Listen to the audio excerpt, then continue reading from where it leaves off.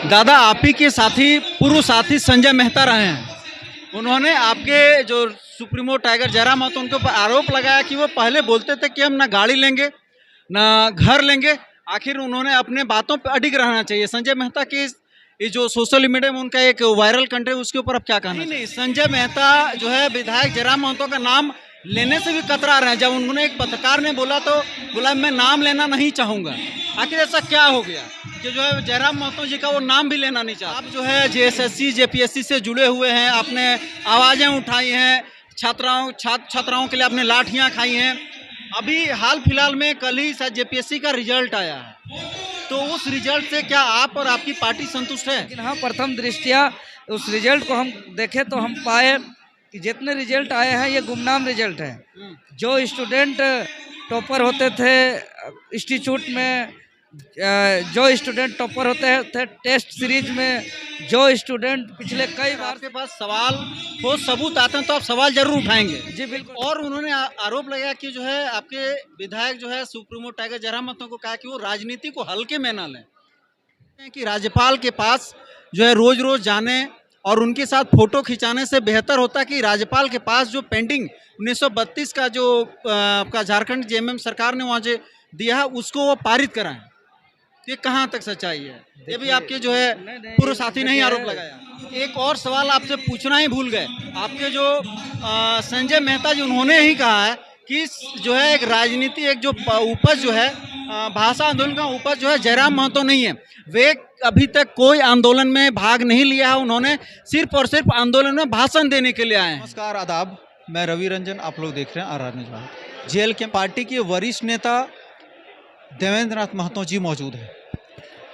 उनसे कुछ खास सवाल हैं। उनके जो पूर्व साथी हैं उनके द्वारा आरोप लगाया गया है और उन्हीं आरोपों के बारे में हम लोग उनसे जानने का कोशिश करेंगे आखिर उनकी क्या प्रतिक्रिया रहती है। दादा, आप ही के साथी पूर्व साथी संजय मेहता रहे हैं। उन्होंने आपके जो सुप्रीमो टाइगर जयराम महतो उनके ऊपर आरोप लगाया कि वो पहले बोलते थे कि हम ना गाड़ी लेंगे ना घर लेंगे। आखिर उन्होंने अपने बातों पर अडिग रहना चाहिए। संजय मेहता की ये जो सोशल मीडिया में उनका एक वायरल कंटेंट है उसके ऊपर आप क्या कहना चाहेंगे? आज आप विधानसभा वाला बांग्ला और जो 1947 नंबर वाला गाड़ी का बात कर रहे हैं। हाँ। देखिए, चूँकि आप एक विधायक बनते हैं तो आपको जनता के बीच जाने के लिए अलायंस के रूप में आपको डीजल पेट्रोल का खर्च मिलती है और विधानसभा का नियम है कि जब तक आपका अपना नाम से गाड़ी नहीं होगा तो वो सुविधा आपको नहीं मिल सकता है। इसीलिए बाध्यता था कि एक गाड़ी उनके नाम से लेना।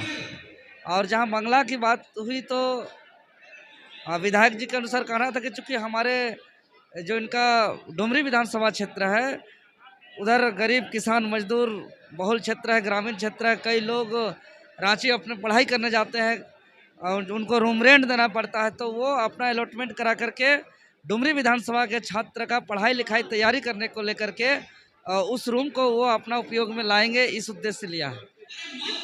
वही नहीं, संजय मेहता जो है विधायक जयराम महतो का नाम लेने से भी कतरा रहे हैं। जब उन्होंने एक पत्रकार ने बोला तो बोला मैं नाम लेना नहीं चाहूँगा। आखिर ऐसा क्या हो गया कि जो है जयराम महतो जी का वो नाम भी लेना नहीं चाहते हैं? देखिए, वो नाम क्यों नहीं लेना चाहते हैं वो तो वही बता पाएंगे। और जैसे आप जो है जेएसएससी जेपीएससी से जुड़े हुए हैं, आपने आवाज़ें उठाई हैं, छात्राओं के लिए आपने लाठियाँ खाई हैं। अभी हाल फिलहाल में कल ही शायद जेपीएससी का रिजल्ट आया है, तो उस रिजल्ट से क्या आप और आपकी पार्टी संतुष्ट है? देखिए, अभी मैंने हम लोग का जो आज जेपीएससी के द्वारा रिजल्ट जारी किया गया है, ये हम लोग का आंदोलन के परिणाम ही जारी किया गया है। इसको लेकर के हम लोग महामहिम राज्यपाल जी से भी मिले थे, जेपीएससी कार्यालय के समक्ष हम लोग का आंदोलन भी हुआ था। अंततः रिजल्ट आया और सफल सभी छात्रों को तो सबसे पहले हम बधाई देना चाहेंगे और रिजल्ट में क्या सही है क्या गलत है इसका अभी हम लोग विश्लेषण जांच नहीं किए हैं। इसको हम लोग देखेंगे, रिसर्च करेंगे, उसके बाद ही बता पाएंगे। लेकिन हाँ, प्रथम दृष्टिया उस रिजल्ट को हम देखें तो हम पाए कि जितने रिजल्ट आए हैं ये गुमनाम रिजल्ट है। जो स्टूडेंट टॉपर होते थे इंस्टीट्यूट में, जो स्टूडेंट टॉपर होते थे टेस्ट सीरीज में, जो स्टूडेंट पिछले कई बार से जेपीएससी में ऑलरेडी आपका इंटरव्यू देते आ रहे हैं, वैसे मेधावी छात्रों का नाम इस रिजल्ट में नहीं पाया गया है। हालांकि अभी जो रिजल्ट है उसका अभी हम सवाल खड़ा, जब तक मेरे पास ठोस सबूत नहीं आएगा तो हम अभी कुछ बोल भी नहीं सकते हैं। मतलब अगर आपके पास सवाल ठोस सबूत आते हैं तो आप सवाल जरूर उठाएंगे। जी बिल्कुल, आज तक हम वही सवाल उठाए हैं जिसके पास मेरा ठोस सबूत हो, चाहे वो जैसे सीजीएल का मामला हो जो पेपर लीक के मामले में रद्द हुआ, चाहे वो मैट्रिक इंटर का परीक्षा हो जो पेपर लीक के मामले में रद्द हुआ, चाहे अभी तक जितने भी हम आवाज़ उठाए हैं आज तक, वो सारे का मेरे पास ठोस साक्ष्य सबूत है, उसके बाद ही हम उठाए। एक और उन्होंने आरोप लगाया कि जो है आपके विधायक जो है सुप्रीमो टाइगर जयराम महतो को कहा कि वो राजनीति को हल्के में ना लें। देखिए वो तो सही बात है, राजनीतिक में चूँकि बहुत बड़े बड़े दिग्गज लोग हैं, बहुत बड़े बड़े पार्टी लोग हैं, उनका संगठनिक मजबूती है, तो हल्के में लेने की आवश्यकता नहीं है, वही बात कहें।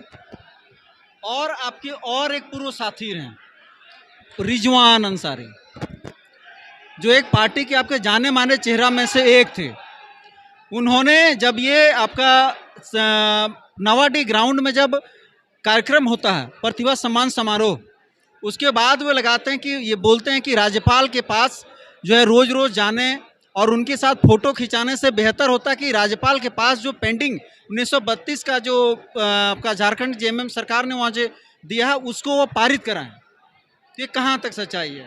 ये भी आपके जो है पूर्व साथी ने ही आरोप लगाया। हम लोग स्थानीय नीति, नियोजन नीति, खतियान की लड़ाई सबसे प्रमुखता से, मुखरता से लड़ाई लड़ रहे हैं। और हम लोग ने कुछ दिन पहले पदयात्रा करते हुए संथाल परगना प्रमंडल से रांची गया था और महामहिम राज्यपाल को स्थानीय नीति का प्रारूप भी सौंपा है। और राजभवन से हमें जानकारी मिली है कि राजभवन जो है कि विधानसभा लौटाने के बाद जो दोबारा विधानसभा के माध्यम से राजभवन आया था, उनको राज्यपाल के माध्यम से, राजभवन के माध्यम से राष्ट्रपति भवन तक भेजा जा चुका है। अभी फिलहाल जानकारी होना चाहिए कि वो स्थानीय नीति का जो विधेयक है वो राष्ट्रपति भवन के पास है, ये सूचना हमको राजभवन के माध्यम से प्राप्त हुआ है। मतलब उनको जानकारी का अभाव है।